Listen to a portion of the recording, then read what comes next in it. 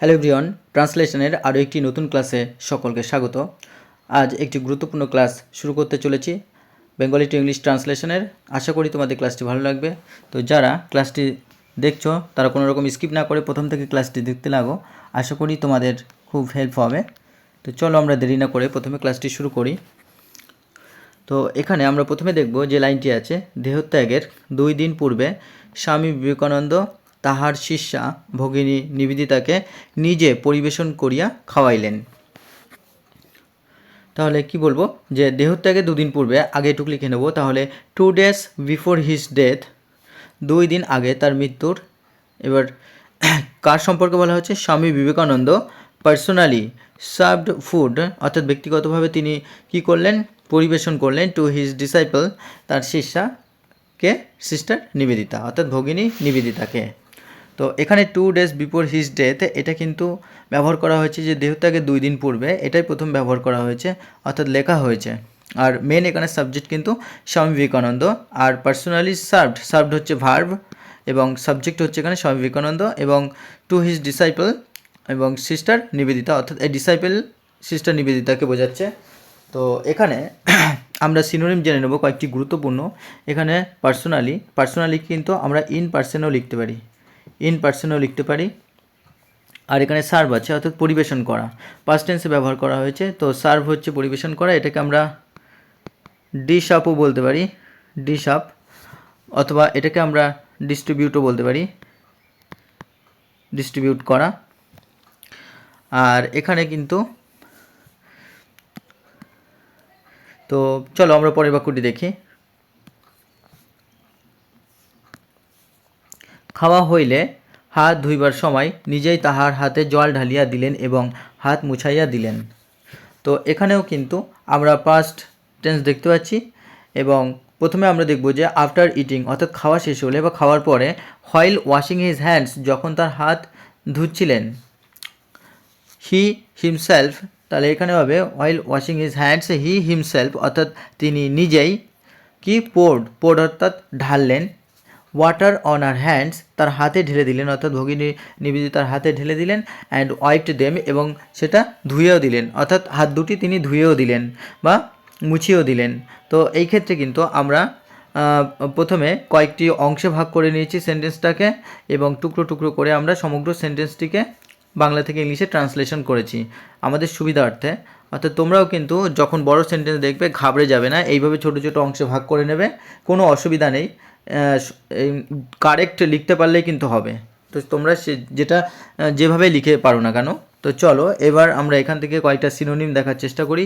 যেমন পোর আছে, তো এই সিনোনিমগুলো আমরা বেশি করে জেনে রাখবো, কারণ সিনোনিম যত বেশি জানবো ততই কিন্তু আমাদের উপকার হবে। কারণ ট্রান্সলেশনের ক্ষেত্রে ওয়ার্ড পাওয়ারই কিন্তু সব থেকে বেশি থাকা প্রয়োজন। তাহলে এটা হবে স্পেন্ড, আমরা স্পেন্ডও লিখতে পারি পোরকে, অথবা আমরা এটাকে কনফারও লিখতে পারি, কনফার। আর এখানে ওয়াইপ আছে, তো ওয়াইপকে কিন্তু আমরা লিখতে পারি ওয়াইপ, অর্থাৎ মুছিয়ে দেওয়া। তো ওয়াইপকে আমরা বলতে পারি ইরেজ করা বলতে পারি, বা আমরা অবলিটারেট বলতে পারি, বা আমরা এটাকে এক্সপাঞ্জও বলতে পারি, এক্সপাঞ্জ, বা এটাকে আমরা ডিফেসও বলতে পারি, ডিফেস। তো তোমরা এই সিনোনিমগুলো জেনে নেবে এবং এগুলো লিখে নেবে খাতায়, তাহলে কিন্তু তোমাদের উপকার হবে। কারণ ওয়ার্ড পাওয়ারই মেন এখানে কিন্তু কথা বলে, অর্থাৎ ট্রান্সলেশনের ক্ষেত্রে তোমার যত বেশি ওয়ার্ড পাওয়ার তত বেশি তুমি দ্রুত লিখতে পারবে, অর্থাৎ তত বেশি তুমি ট্রান্সলেশনে দক্ষ। চলো পরের বাক্যটি দেখি। নিবেদিতা প্রবল আপত্তি জানাইলে বলিলেন, কেন, যিশু কি তার শিষ্যদের পা ধুইয়ে দেন নাই? তাহলে হোয়েন নিবেদিতা অবজেক্টেড স্ট্রংলি, যখন প্রবল আপত্তি জানালো নিবেদিতা, কি করলো? অবজেক্টেড অর্থাৎ আপত্তি জানালো, আর স্ট্রংলি মানে প্রবল। হি সেইড, তিনি বললেন। ওয়াই ডিড নট, অর্থাৎ এখানে ডিডেন্টটাকে ব্যবহার করা হয়েছে ডিড নটটাকে কিন্তু ডিডেন্ট ব্যবহার করা হয়েছে, অর্থাৎ সংক্ষিপ্ত ফর্ম ব্যবহার করা হয়েছে। Why didn't Jesus wash the feet of his disciples, কিন্তু জেসাস বা যীশুখ্রিস্ট কি তার শিষ্যদের পা ধুইয়ে দেননি? অর্থাৎ এখানে জানতে চাওয়া হয়েছে, এই কোটেশন মার্কের ভেতরে যে উক্তিটি আছে সেটাকে এখানে রাখা হয়েছে। আর যেহেতু পাস্ট টেন্সে লেখা হয়েছে তার কারণ হচ্ছে এখানে পাস্ট টেন্সে বলেই এখানে ডিড নট দিয়ে শুরু করা হয়েছে। যদি প্রেজেন্ট টেন্স থাকতো তাহলে কিন্তু ডাজ নট দিয়ে শুরু হয়।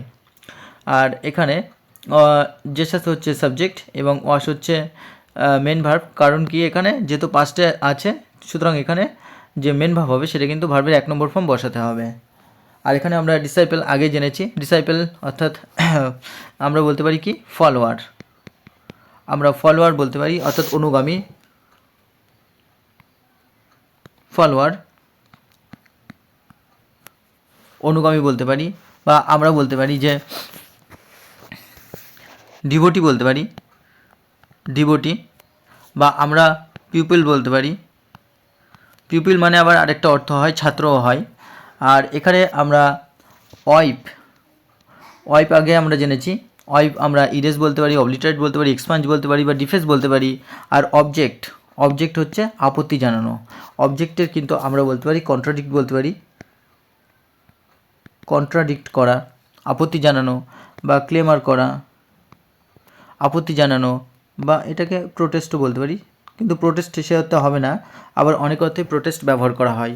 সুতরাং তোমরা এগুলো লিখে রেখো, তোমাদের সুবিধা হবে। আর এখানে চলো আমরা পরের বাক্যটি দেখি। নিবেদিতা জানিতেন যিশু ইহা শেষ দিনে করিয়াছিলেন, অর্থাৎ শেষের দিনে এই কাজটি করেছিলেন। তাহলে নিবেদিতা নিউ, এখানে নিবেদিতা হলো সাবজেক্ট, আর নিউ হচ্ছে নোর সেকেন্ড ফর্ম, নো। আর নো এর সেকেন্ড ফর্ম হচ্ছে V2 হচ্ছে নিউ, নো নিউ নোন। তাহলে নিবেদিতা নিউ জানতেন that Jesus had done this, Jesus এই কাজটি করেছিলেন অন দ্য লাস্ট ডে, অর্থাৎ শেষের দিনে জেসাস এই কাজটি করেছিলেন। তো এখানে সিম্পল পাস্ট টেন্সেই করা হয়েছে, সিম্পল পাস্ট টেন্স। আর সিম্পল পাস্ট টেন্সের গঠন আমরা জানি subject plus V2 plus object এবং আদার্স। চলো পরের বাক্যটি দেখি।